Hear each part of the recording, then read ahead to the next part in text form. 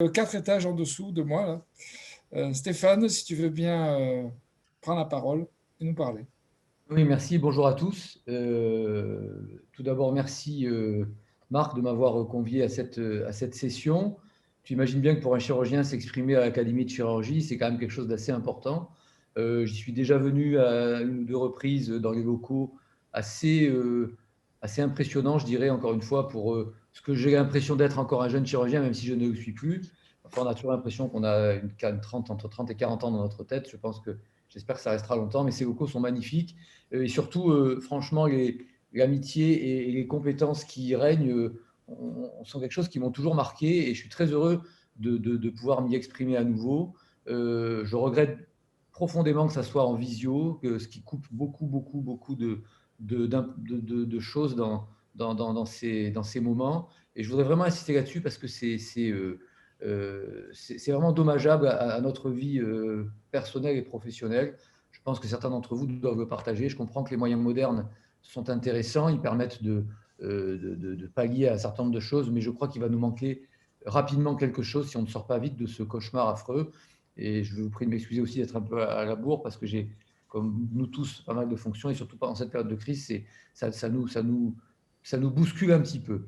Donc j'ai deux questions. Premièrement, est-ce que vous m'entendez bien? Parfaitement. Merci.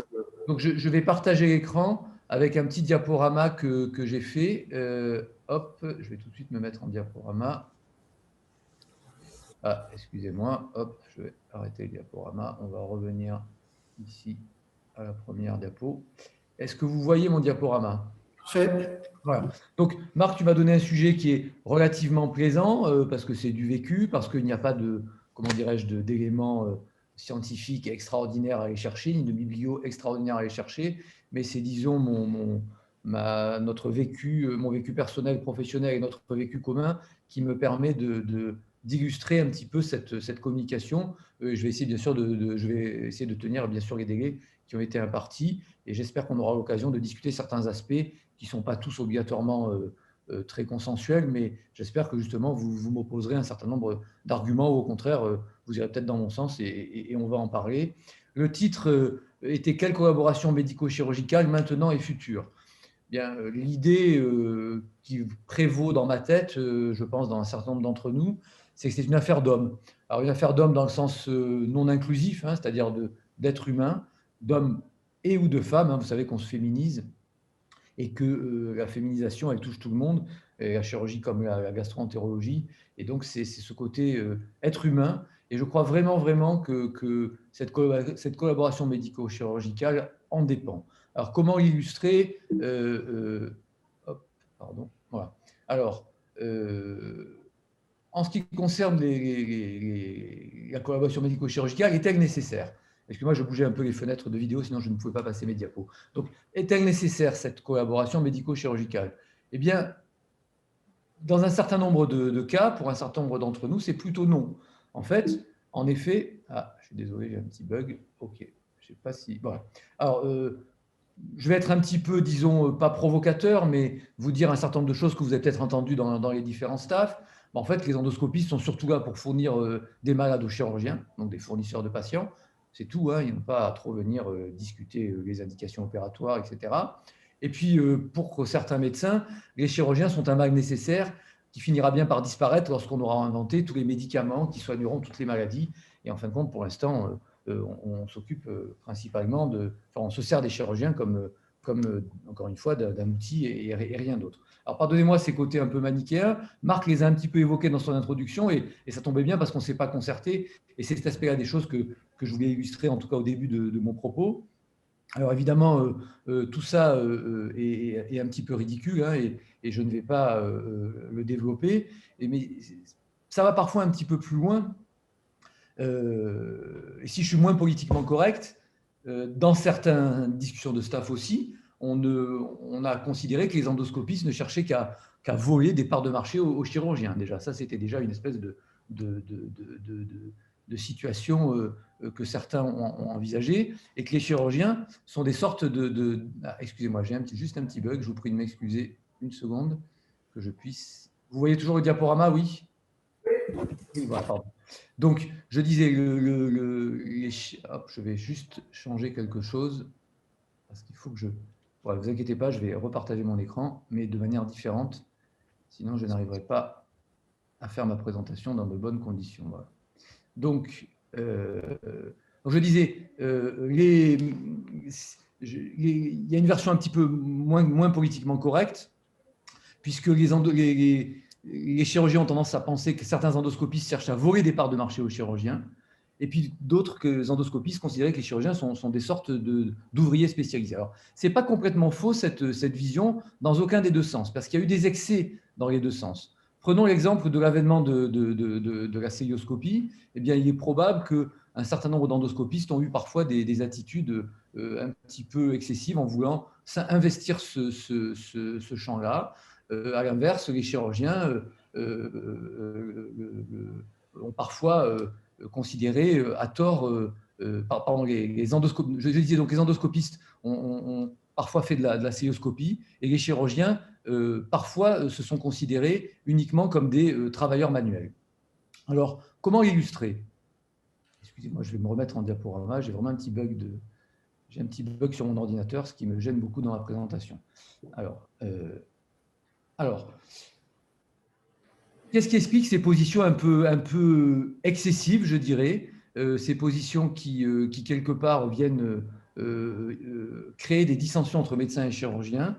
Eh bien, c'est certains excès, je viens de le dire. Lorsque la célioscopie a débuté, on le sait, Marc le sait, les gastro-entérologues qui, à la base, avaient eux-mêmes été pionniers en laparoscopie, puisque c'était la façon de diagnostiquer, vous le savez comme moi, les tuberculoses, hein, et c'est ça l'histoire de la célioscopie. Eh bien, on considérait qu'ils pourraient, avec leur expertise, préempter cette technique et faire des interventions chirurgicales. Ça a été un échec, et tout le monde le sait. À l'inverse, juste avant et lors de l'avènement de la célioscopie, certains chirurgiens ont considéré pouvoir investir un peu plus le champ de la pathologie digestive. Comment? Eh bien, de deux manières. D'abord parce qu'ils ont élargi le champ de leurs indications.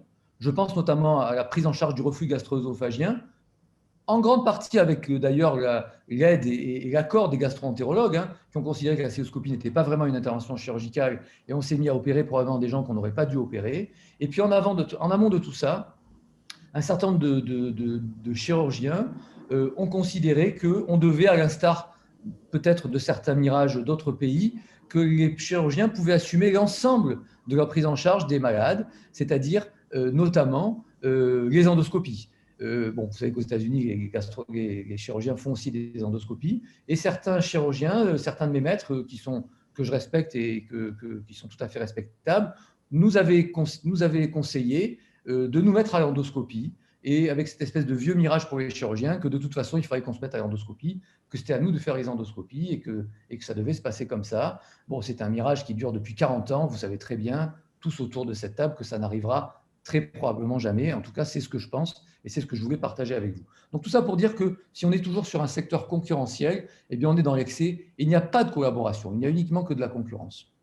Et puis, il y a les égos aussi des uns et des autres, hein, qui font qu'aujourd'hui, c'est un peu compliqué de pouvoir collaborer. Il suffit de regarder actuellement, lors de cette crise pandémique, ce qui se passe à la télé, avec le nombre de médecins qui scandaleusement envahissent les plateaux télé pour donner leur avis sur tout. Je pense qu'ils ont été extrêmement délétères pour la position des médecins dans la société en France, et je pense que nous allons le payer, et nos jeunes collègues vont le payer très cher dans les années qui vont venir.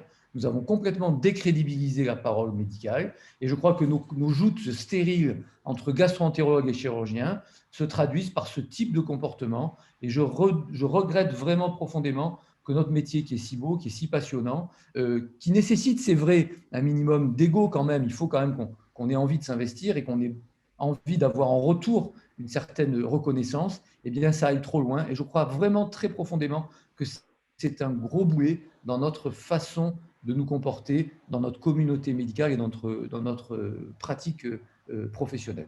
Donc, je voulais vraiment insister sur ces deux points-là. Alors, est-ce qu'elle est nécessaire, cette collaboration médico-chirurgicale? Eh bien, évidemment que oui, hein, je crois que personne n'en doute, j'espère en tout cas ici. Alors, elle est nécessaire dans les démarches diagnostiques, il faut communiquer. Lorsque on demande un acte diagnostique à un gastro-entérologue ou lorsque le gastro-entérologue nous donne un compte-rendu de l'acte diagnostique, ça paraît évident, mais pas plus tard qu'hier, j'étais confronté à une problématique de mauvaise communication entre un gastro-entérologue et moi qui explorait une malade à qui j'avais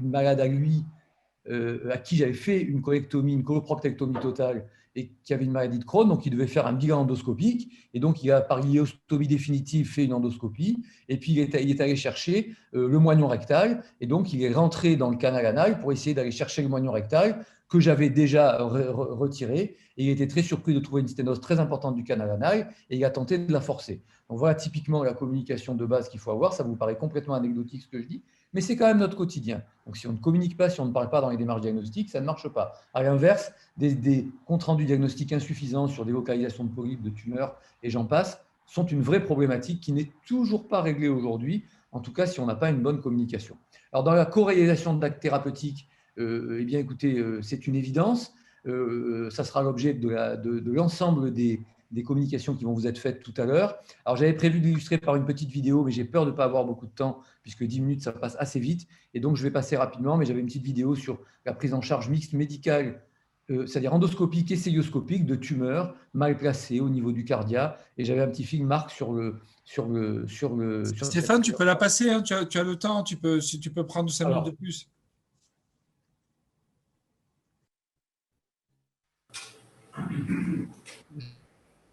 Je peux prendre 5 minutes de plus, je vais vous montrer. N'hésitez pas à m'interrompre, parce que la communication, je peux vraiment l'interrompre. Cette vidéo présente la résection combinée. Voilà. Est-ce que vous m'entendez toujours? Très bien. Oui, non? Vous pourriez diminuer le format parce que voici sinon... alors, diminuez la fenêtre, s'il vous plaît. Non, j'ai non. pas entendu, pardon. Si vous diminuez la fenêtre, c'est ça? Ça n'aurait pas assez de flux, c'est ça? Ouais. Il faut que vous diminuez le format un petit peu. Voilà, voilà, c'est parfait. Diminuez. Bon, comme ça? Oui, voilà, sinon ça va couper. Et je vais arrêter votre vidéo aussi sur... Voilà, donc il s'agit d'une vidéo sur une giste de la jonction œsogastrique. Elle est très mal située, puisqu'en fait, quand on a enlevé ces lésions, déjà, il faut être sûr d'être en zone saine, et en plus, il faut être sûr qu'on ne va pas être trop sténosant. Donc, on a fait un traitement mixte avec Marc Barthé, c'est-à-dire qu'il a commencé en endoscopie, il a fait une ouverture endoscopique selon une technique de Notz, et j'ai terminé en célioscopie l'exérèse de la lésion. Donc, voici, une fois qu'on avait enlevé la lésion, il fallait bien sûr après la suturer, et je l'ai suturée sous contrôle endoscopique par célioscopie. Donc, très rapidement, la vidéo ne dure que 5 minutes à peu près. Donc, on repère en célioscopie la jonction œsogastrique. La lésion est petite, je ne la vois pas. Donc, en endoscopie, Marc Barthé va la repérer, commence en endoscopie, alors que moi, je suis en célioscopie et je surveille ce qu'il fait. J'aime bien surveiller ce que font les gastro-entérologues. Donc, voici en rétrovision la tumeur qui est une gyste,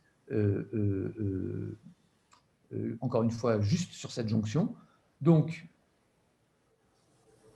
on débute la mise sur lac de l'œsophage pour pouvoir se mettre en de bonnes conditions pour pouvoir commencer le traitement endoscopique. Je vais aller avancer, ne vous inquiétez pas. Hein. La lésion, Donc on libère complètement la jonction œsogastrique, un peu comme on ferait pour une cure de reflux gastro-œsophagien. Et puis on passe un lac en rétro, je vais avancer un petit peu, on passe un lac en rétro œsophagien. Pendant ce temps, l'équipe de gastro-entérologie débute le temps endoscopique. Vous avez aperçu le grand professeur Barthé par la taille et le talent.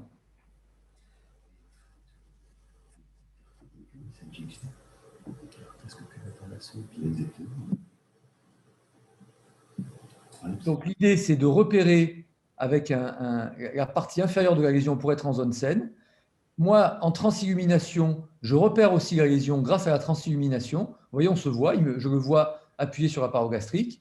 Et donc, on convient ensemble de l'endroit où on va commencer l'exérèse. Et donc, il commence avec un crochet coagulateur, comme on ferait en célioscopie. Eh bien, avec une marge de sécurité suffisante, la gastrotomie, au pôle le plus délicat, c'est-à-dire celui qui est proche de la jonction œsogastrique, pour que je sois en zone saine, ce qui n'était pas évident du tout. Vous voyez la ligne Z, là, vous l'apercevez, en endoscopie. Donc, une fois qu'il a débuté cette première partie de la ligne de dissection, vous voyez que c'est carrément de la chirurgie endoscopique, mais je crois que vous n'en doutiez pas, puisque c'est l'objet de la session. On va voir qu'il va passer en transgastrique, et sous contrôle de la vue, je vais le voir apparaître en célioscopie. Vous voyez qu'il fait quand même à peu près la moitié de la section pariétale gastrique. Et moi, je suis en célioscopie, donc je vérifie quand même, et je le guide à chaque fois. Donc, on a raccourci le film, bien évidemment, hein, mais je le guide à chaque fois pour aller dans tel ou tel sens en fonction de la transillumination. Donc, il coupe toutes les parois, toutes les couches, pardon, de la paroi gastrique. Bon, ça paraît simple, mais bon, il faut quand même, vous l'imaginez bien, une dextérité de chirurgien, même si c'est surtout dans la tête la chirurgie, et je suis tout à fait en accord avec Marc là-dessus. Donc, il va passer à travers, et vous le voyez sortir ici à cet endroit-là. Voilà, c'est fait. Donc après, il me reste à poursuivre en célioscopie. Alors, je mets le lac, comme je vous disais.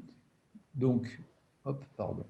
Voilà, j'ai mis un point pour repérer. Je vais avancer un petit peu, comme ça, au moins, on ne perd pas trop de temps. Pour repérer la partie inférieure.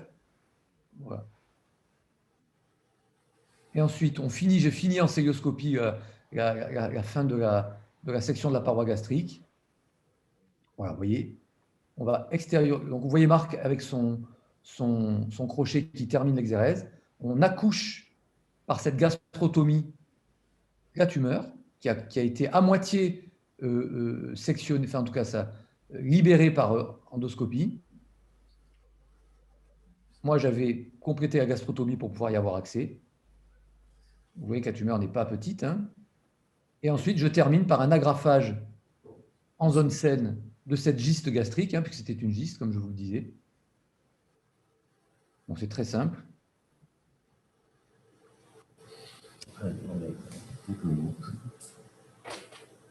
Et ensuite, je vais avancer un petit peu pour ne pas prolonger.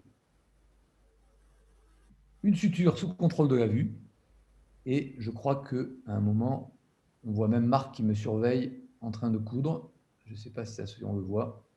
Peut-être pas. En tout cas, Marc est très embêté parce que je flirte avec son endoscope pendant que je couds, vous voyez. Et il souhaite que je ne le pique pas, ce que je ne fais pas. Voilà. Et vous voyez, sous contrôle de la vue, on peut voir qu'on n'est pas sténosant en permanence et on contrôle la suture. Voilà. Bon, il s'agit d'une intervention qui a évidemment, vous voyez, ici, on voit la vue endoscopique de la suture. Voilà. Je vais arrêter là parce que sinon, on est tous chirurgiens et endoscopistes interventionnels, donc on n'est pas là pour faire de l'autosatisfaction sur nos gestes techniques, mais c'était surtout Je vais démarrer ma vidéo à la demande générale. Il faut juste que j'y arrive, à moins que vous puissiez le faire pour moi, peut-être pas, non? Si, voilà, ça y est, c'est bon. Voilà. Donc, je reprends le diaporama. Donc, la co-réalisation des actes techniques, c'est une évidence. Hop. Voilà.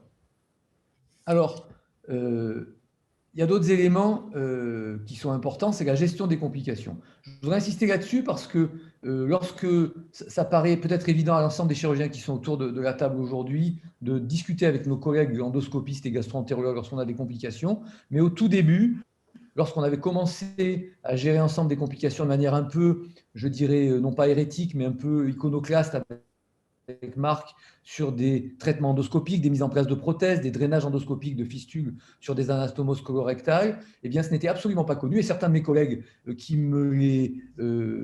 lorsque j'en parlais à certains de mes collègues qui font de la chirurgie colorectale en France, ils me disaient « Oui, mais toi, tu as de la chance, tu as Marc Barthé, effectivement, vous pouvez collaborer, etc. etc., etc. » Bon, moi, je crois que ça, c'était vrai à l'époque, mais aujourd'hui, on a démontré que clairement, lorsqu'on a une bonne collaboration médico-chirurgicale, eh bien, l'utilisation d'une collaboration après chirurgie œsophagienne, après chirurgie rectale, du traitement endoscopique a vraiment révolutionné nos capacités à gérer nos complications post-opératoires, comme le vasculaires interventionnels à gérer nos complications hémorragiques post-opératoires. Donc, je crois que c'est extrêmement important. Enfin, dans les projets de recherche, et je crois que ça va être démontré tout à l'heure par mes collègues, notamment sur le traitement du reflux gastro-œsophagien et sur les démarches modernes en bariatrique, on a besoin de collaboration médico-chirurgicale. Alors, je voudrais insister là-dessus, puisque la thématique quand même de cette présentation pour moi, c'était le côté humain, c'est qu'en fait, comme je vous le disais tout à l'heure, à un moment donné, on disait oui, mais c'est un peu exceptionnel parce que vous avez une très bonne entente entre vous, etc. Personnellement, je pense que ce serait un échec si ce que nous faisions était l'exception. Moi, je crois que la seule chose qu'on a pu faire, c'est que démontrer que c'était reproductible à condition qu'on puisse se parler, à condition qu'on puisse se respecter mutuellement. Et ça, je pense que c'est hyper important. Et d'ailleurs, c'est valable pour l'ensemble de ces projets de recherche communs qu'on fait, parce que si, par exemple, le traitement endoscopique du reflux gastro-œsophagien s'est heurté à des échecs retentissants, parce qu'il s'est été développé par purement des endoscopistes, sans prendre en compte un certain nombre de contraintes que les chirurgiens connaissent bien. Et je crois que si ce type de protocoles ne sont pas co-imaginés, eh bien, ils sont voués à l'échec. Et je crois qu'il y a plusieurs exemples en ce sens. Idem pour les démarches modernes en bariatrique, mais je crois que ça vous sera présenté tout à l'heure et je ne veux pas trop déflorer le sujet. En tout cas, c'est ce qui a présidé à notre collaboration et à la fondation du centre de recherche et d'enseignement chirurgical que nous gérons avec Marc à la fac qui est à l'hôpital, mais je crois que Marc en parlera tout à l'heure. Alors, cette collaboration se construit à tous les niveaux. Elle devrait faire partie de notre formation initiale. Ça serait bon que les étudiants puissent savoir qu'il faut collaborer. Alors, le côté pluridisciplinaire, certes, c'est enseigné, mais vous savez que nos étudiants sont de plus en plus scolaires. Leur niveau de responsabilisation est de plus en plus faible. Et je crois que leur faire passer des messages comme ça devient très compliqué. Mais je pense qu'au moins, il faut expliquer ce concept de collaboration, et puis surtout leur démontrer dans les faits, parce que je crois que la vertu de l'exemplarité, c'est très important. Donc, il faut que nos étudiants voient dans nos services qu'on s'entend bien, faire des cours en commun. Marc a, par exemple, considéré qu'il était très important que le cours sur la lithiase biliaire ne soit pas fait soit par un chirurgien, soit par un médecin, mais en fait par les deux dans un cours commun. Et puis dans la pratique hospitalière au quotidien, comme je vous le disais dans les staffs, si on s'étripe, c'est vrai que ce n'est pas la meilleure image qu'on peut donner comme base à cette future collaboration. Et puis, il y a nos organisations aussi, les staffs communs, qui, comme je vous le disais, ne doivent pas être des combats avec des bombes des torses que l'on bombe, et des lieux de distribution de malades où les gastro-entérologues, lorsqu'ils sont prééminents, convoquent les chirurgiens pour leur donner des patients, et à l'inverse, quand c'est parfois les chirurgiens qui sont plus dominants, eh bien, ils viennent expliquer aux gastro-entérologues comment ils doivent s'occuper de leurs malades. Ça a existé, tout ça, vous le savez, tous autour de cette table, et je crois que c'est en train de disparaître. Mais il y a quand même des capacités que ça revienne et je voudrais surtout que ça continue. Et d'ailleurs, pour que tous ces joutes oratoires n'existent pas, il faut déjà que les staffs existent et ce n'est pas toujours le cas, ces staffs communs. Enfin, nos projets doivent prendre en compte nos collaborations dès le départ, c'est-à-dire que si par exemple on doit restructurer un hôpital, c'est ce qu'on est en train de faire avec Marc, comment on envisage que nos étages se retrouvent assez proches, comment on envisage de réintégrer des plateaux techniques tels que les endoscopies en proximité de blocs pour pouvoir favoriser ces collaborations. Je vous donne un exemple. On discute tout le temps de dire comment on prend en charge la lithiase biliaire. Eh bien, la lithiase biliaire, on la prend en charge soit endoscopiquement, avant, après la chirurgie, pendant, etc. Toutes ces discussions qui ont eu lieu, qui sont obérés par des problématiques de disponibilité des personnes, par des disponibilités des ressources anesthésiques, par des disponibilités de locaux, pourraient être gommés si en amont on concevait les locaux de telle manière. Et d'ailleurs, je voulais vous donner un exemple de ce qu'il ne faut surtout pas faire, et qui, quelque part, c'est pour ça que c'est une affaire d'homme, je le disais, qui a obéré ce genre de développement de collaboration. Lorsque je présentais, j'étais assistant à la SFCD à l'époque, les premières collaborations médico-chirurgicales sur la prise en charge de la lithiase de la voie biliaire principale. Donc, j'avais présenté la prise en charge mixte, c'est-à-dire endoscopie avec sphinctérotomie préopératoire puis cholécystectomie. Eh bien, certains collègues sont élevés dans la salle en me traitant d'assassin, certains, paix à leur âme, ne sont plus là, mais en disant que j'étais dans le passé, qu'aujourd'hui l'avenir de la lithiase de la barbière principale, c'était la célioscopie. Bon, évidemment que ce type d'attitude extrêmement péremptoire m'avait beaucoup choqué parce que j'étais tout jeune et je trouvais que c'était très étonnant, sans compter le fait que ça a été complètement démenti par l'avenir, puisque aujourd'hui 90% des lithiases de la barbière principale sont traitées en endoscopie. Mais c'était cette attitude extrêmement péremptoire qui fait qu'on refuse la discussion, alors que c'est très en amont qu'au contraire, il faut l'intégrer même dans nos structures architecturales. Enfin, nos prospectives hospitalo-universitaires, là, ça devient carrément de la science-fiction. C'est une initiative qui a été tentée par Marc et par certains dont je fais partie, d'essayer de voir s'il n'y avait pas une espèce de branche d'endoscopie médico-chirurgicale qui pouvait émerger. Aujourd'hui, c'est un peu considéré comme un troisième sexe, je l'ai mis entre guillemets, parce que c'est presque iconoclaste et hérétique, encore une fois, de l'évoquer, d'imaginer qu'on puisse avoir des gastro-entérologues et des chirurgiens qui auraient une formation un peu commune pour une espèce de partie de notre spécialité qui serait mixte. Pour l'instant, nous ne sommes pas mûrs. Je crois qu'aucune des deux,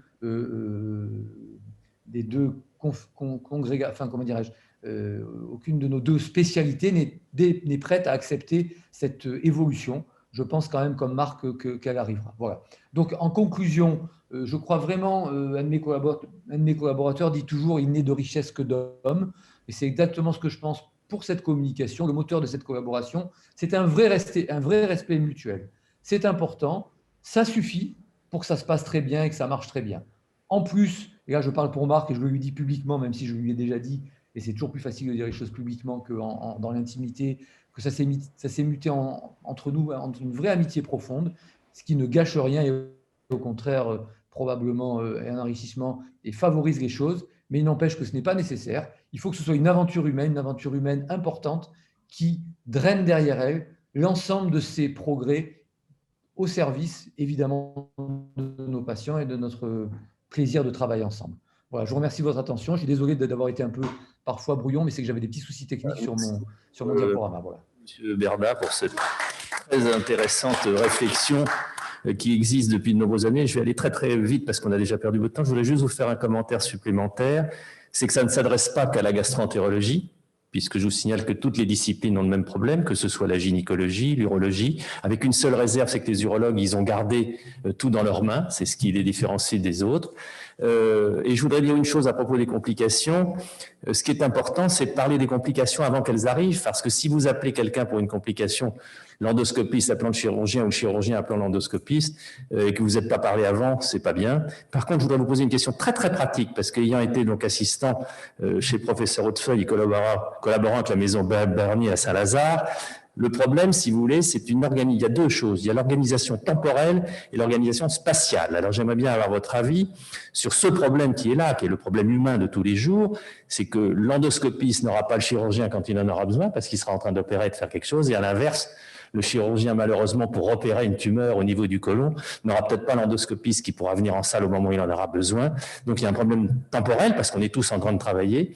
Et le deuxième problème, c'est spatial, parce que si on inclut déjà dans l'endoscopie en plus la radio, vous savez qu'il n'est pas facile parfois, et que l'endoscopiste dira au chirurgien, mais moi, je ne veux pas faire d'endoscopie en salle d'op parce que je ne suis pas bien installé, et inversement. Donc, il y a vraiment un problème. Et c'est là où je vous rejoins complètement. Il faudra des unités médico-chirurgicales. Et alors, à ce moment-là, pourra se poser le problème dans la gastro-entérologie, de différencier non plus les techniques pour réaliser un problème, mais l'organe auquel on s'intéresse, parce que c'est peut-être pas la même chose de faire de la chirurgie biliaire que de faire la chirurgie digestive, voire, comme vous l'avez montré, la chirurgie œsophagienne. Donc, si vous voulez, les problèmes qui sont à résoudre me semblent à ce niveau-là. J'aimerais juste avoir votre avis rapidement. Mon avis, c'est exactement le même que le vôtre. Effectivement, vous n'avez pas été Pierre Hautefeuille, ça me donne un petit pincement au cœur parce que j'ai fait mon dernier choix dans son service au moment où il faisait sa transition avec Patrice Valeur et j'ai un souvenir extraordinaire de ce service, absolument extraordinaire. Moi, en plus, Marseillais, allant à Paris, c'était à la Riboisière. Donc, typiquement, la chirurgie noble, même si c'était des vrais chirurgiens et que les relations avec les endoscopistes étaient différentes, c'était quand même une ouverture d'esprit extraordinaire. Et c'est d'ailleurs un terme que je n'ai pas donné dans ma communication et je regrette parce que j'avais prévu de le dire. C'est l'ouverture d'esprit qui compte. Et je trouve que l'Académie de chirurgie a beaucoup plus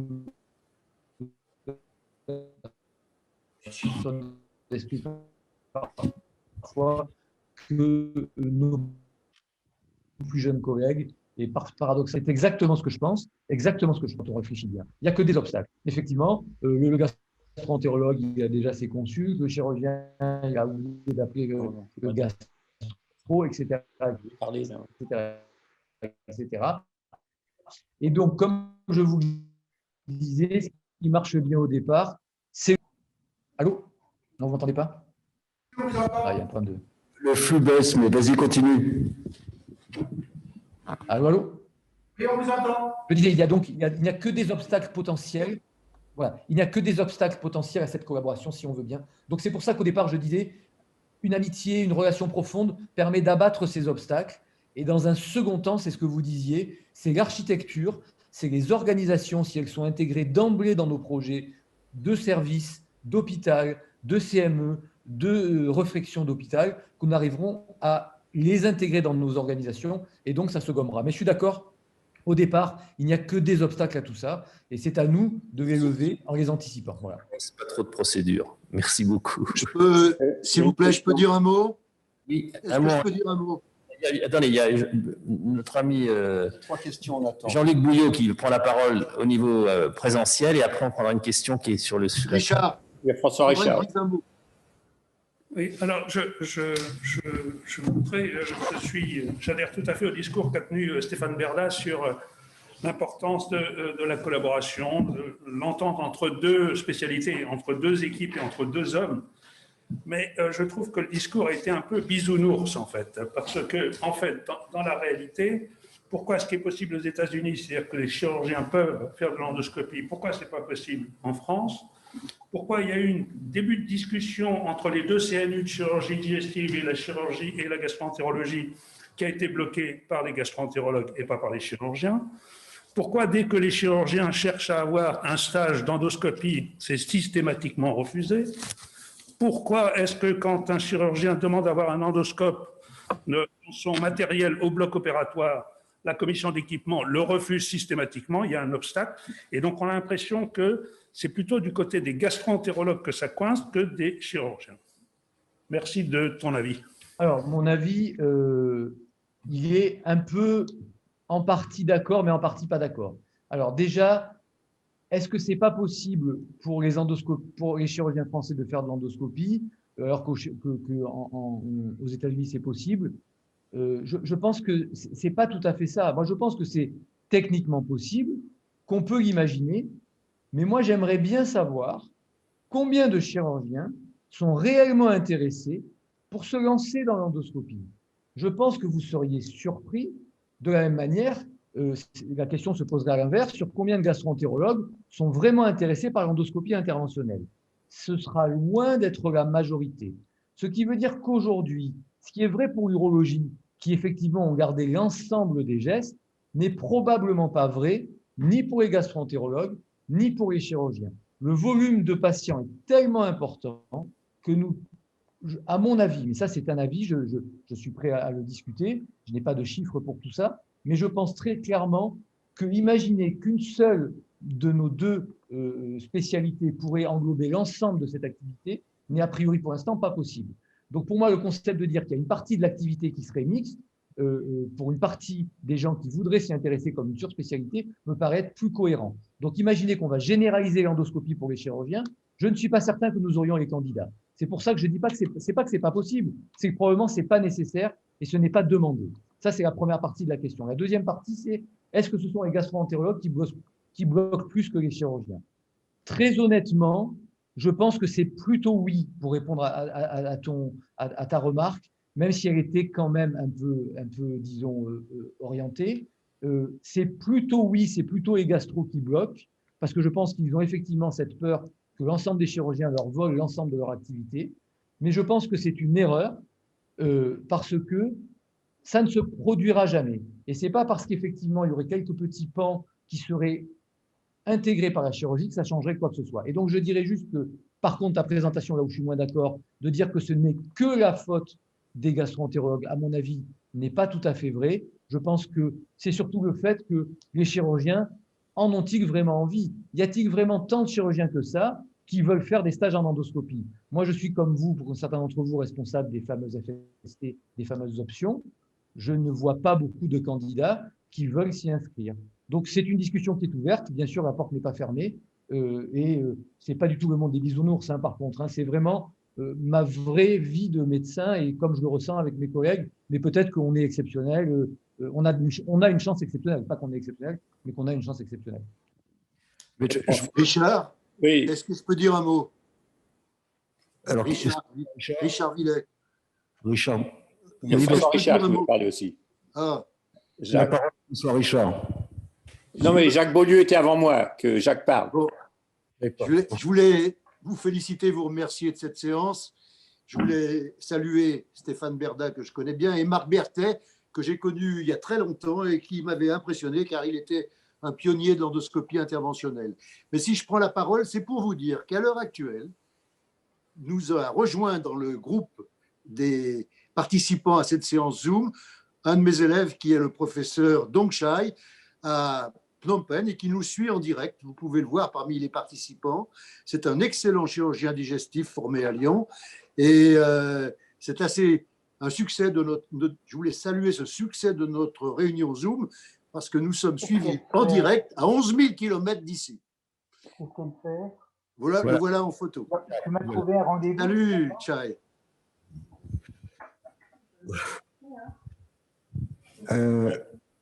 Est-ce que j'étais perdu dans le… Richard, oui. Non, juste, je voulais intervenir d'abord pour féliciter ce qu'ont dit à la fois Marc Berthet et Stéphane Berda, parce que je pense qu'en effet… Alors, où dois-je aller maintenant? Pardon?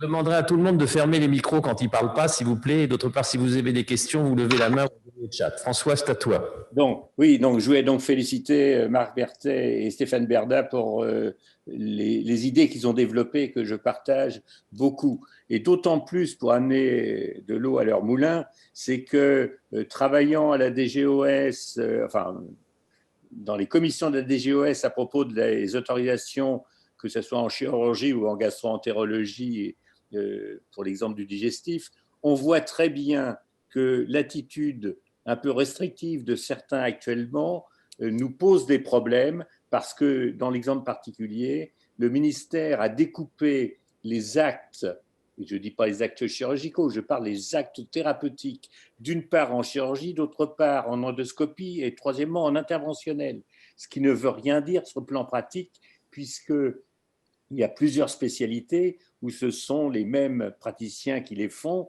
ou d'autres spécialités où il y a des collaborations ensemble. Et c'est très, très important parce qu'on arrive à des blocages complètement stupides, notamment dans la future organisation des services qui traiteront les malades et dans lesquels on risque de ne pas pouvoir justement avoir cette collaboration qui est indispensable.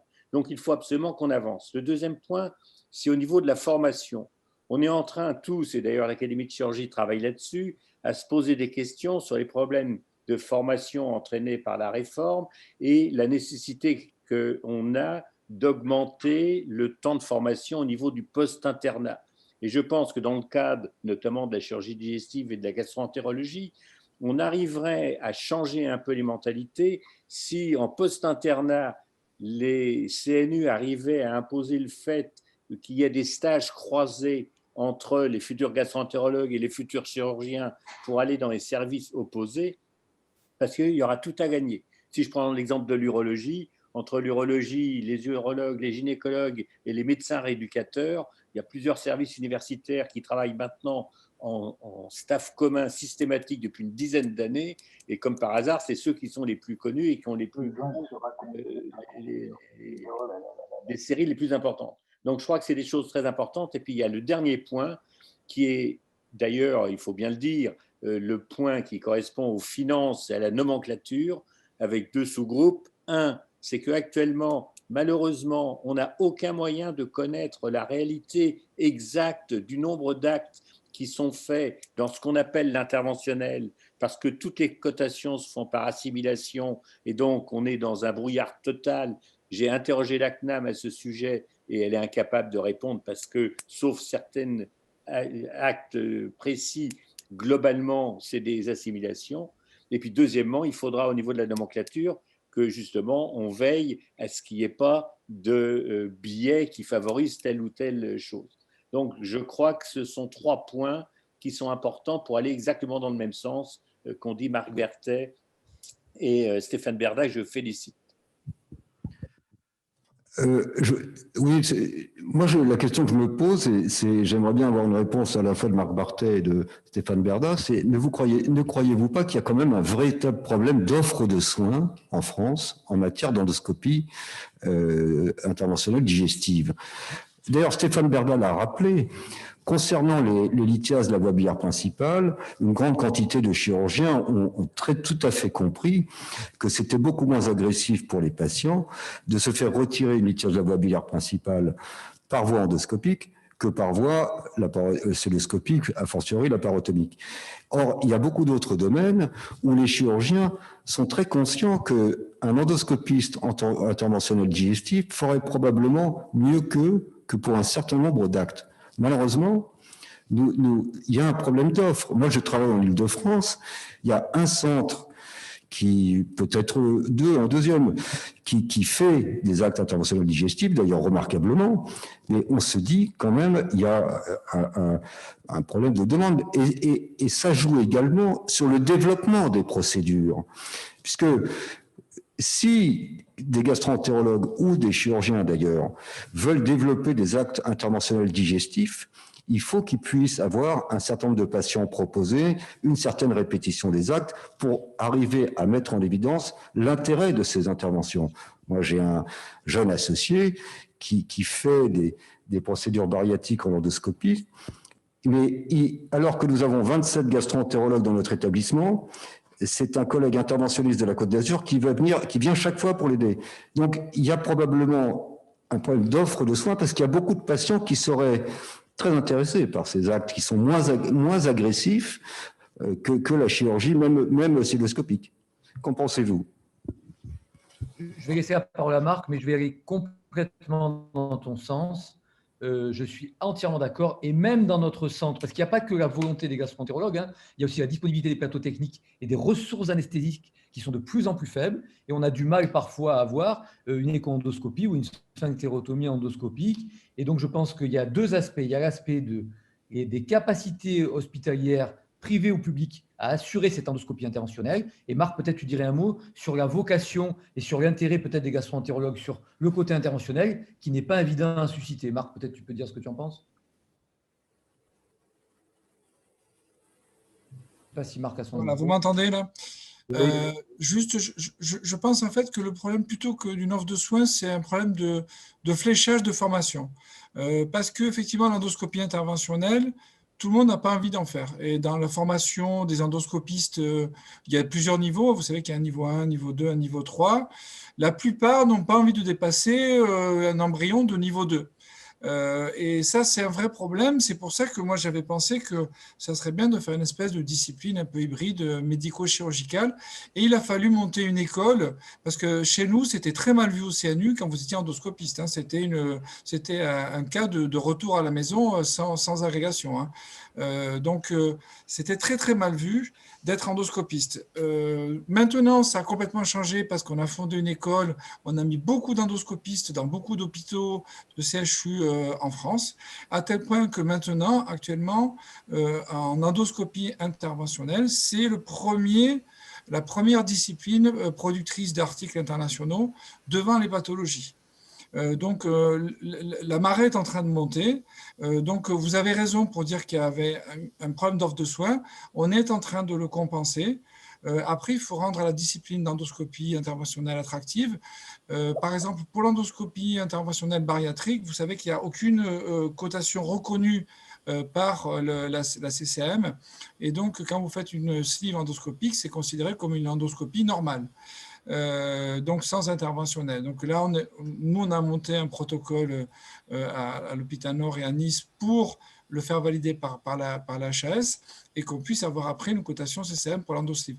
Donc en fait, on est une discipline émergente qui a du mal à être reconnue tant par les institutions au niveau des cotations.